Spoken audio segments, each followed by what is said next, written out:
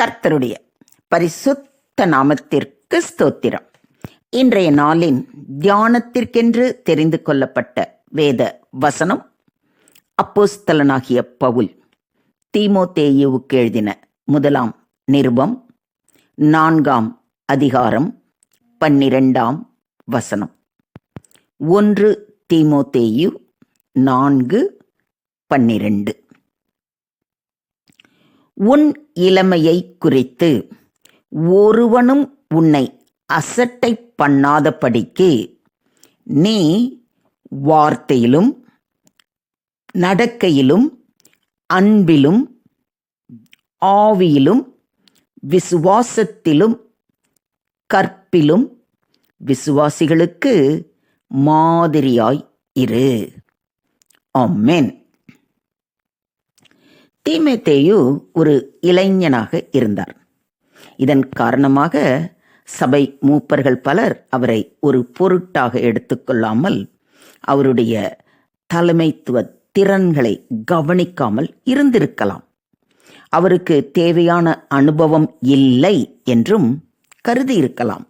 ஆனால் தீமோத்தேயுவின் வயது மற்றும் அனுபவத்தை பொருட்படுத்தாமல் தினமும் ஒரு நல்ல முன்மாதிரி வைப்பதன் மூலம் தனது வயதை கடந்தவர்களை வழி நடத்த முடியும் என்பதை அப்போஸ்தலனாகிய பவுல் அவருக்கு நினைவுபடுத்தினார். இது அவரது நம்பகத்தன்மையை உயர்த்தும். கிறிஸ்தவர்களாகிய நாம் அனைவரும் மற்றவர்களுக்கு முன்மாதிரியாக இருக்க அழைக்கப்பட்டுள்ளோம். நாம் ரட்சிக்கப்பட்ட 1 மாதம் அல்லது 10 ஆண்டுகள் எதுவாக இருந்தாலும் சரி, உங்கள் ஆளுமை வகை எதுவாக இருந்தாலும் நாம் அனைவரும் நம்மை சுற்றி உள்ளவர்களுக்கு நம்பிக்கை, விசுவாசம், அன்பு மற்றும் பரிசுத்தம் ஆகியவற்றின் எடுத்துக்காட்டுகளாக இருக்க வேண்டும். வேதத்தை பற்றிய அறிவை கொண்டிருப்பது நல்லது.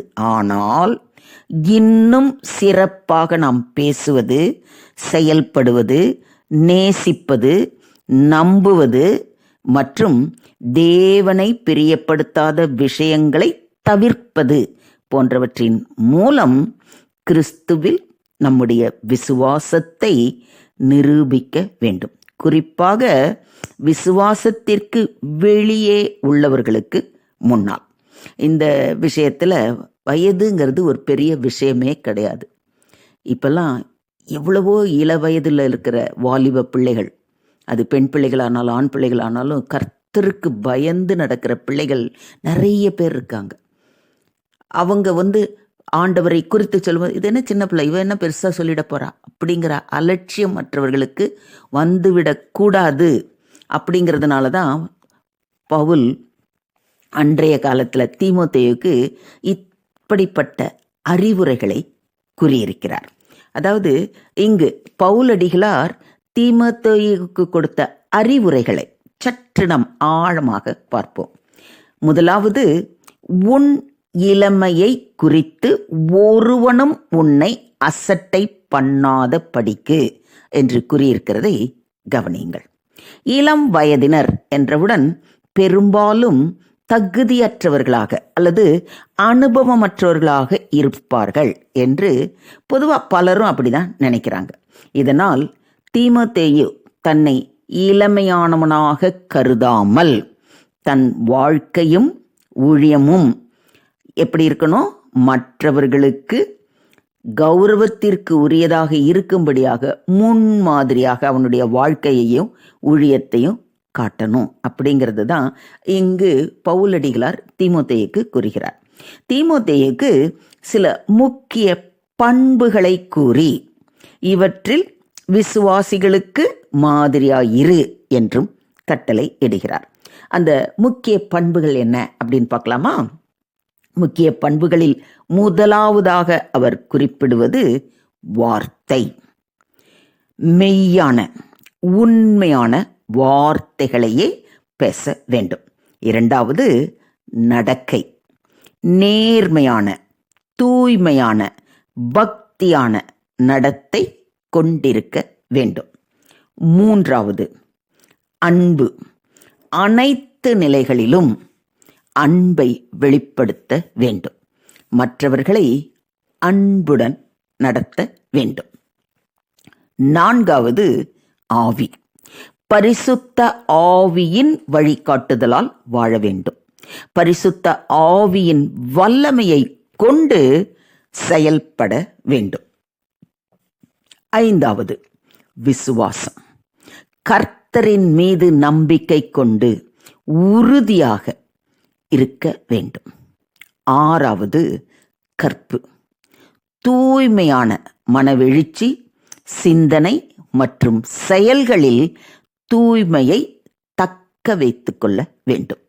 இவை அனைத்திலும் தீமோத்தேயு விசுவாசிகளுக்கு மாதிரியானவராக இருக்க வேண்டும் என்று பவுல் வலியுறுத்துகிறார். அதாவது மற்றவர்களுக்கு ஒரு நல்ல உதாரணமாக இயேசுவை நம்பிக்கையுடன் பின்பற்ற வேண்டும் என்று கூறியிருக்கிறார். இன்றைய தியான வசனம் அன்றைய தீமோத்தேயுக்கு மட்டும் சொல்லப்படவில்லை. இன்று இந்த வசனத்தை வாசிக்கிற நம் ஒவ்வொருவரிடம் இருந்தும் தேவன் எதிர்பார்க்கும் நற்பண்புகள் இவைதான். நாம் தான் இத்தகைய நற்பண்புகள் நிறைந்தவர்களாய் இயேசுவை அறியாத ஜனங்களுக்கு முன்பாக வாழ்க்கையில் நெறியாகவும் மற்றவர்களுக்கு மாதிரியாகவும் வாழ வேண்டும். வார்த்தை அப்படின்ன உடனே நமக்கு என்ன வசனம் ஞாபகம் வரணும் தெரியுமா?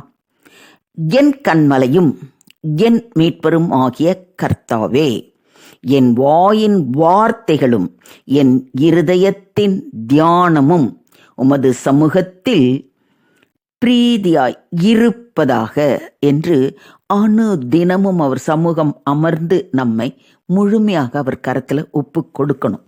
அப்படி கொடுக்கும் பொழுதுதான் நாம் மற்றவர்களுக்கு உபதேசிக்கும் போது, ஆண்டவரை குறித்து சொல்லும் போதோ நம் வாயிலிருந்து புறப்படுகிற வார்த்தை எப்படி இருக்கும்? நம்ம வார்த்தையா இருக்காது, அது தேவன் நம் வாயில போடுற வார்த்தை. உன் வாயை விரிவாய் தர நான் வார்த்தைகளை போடுவேன்னு சொன்ன தேவன் அந்த நேரத்துல அவருடைய வார்த்தைகளை போடுவார். இதை ஒத்துக்கிறீங்களா? இரண்டாவது, நடக்கை. அதாவது முந்தின நடக்கைக்குரிய மோசம் போக்கும் இச்சைகளாலே கெட்டு போகிற பழைய மனுஷனை கலைந்து போட்டு.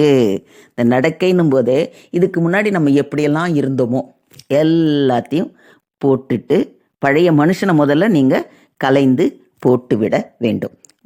அடுத்ததாக, அன்பு.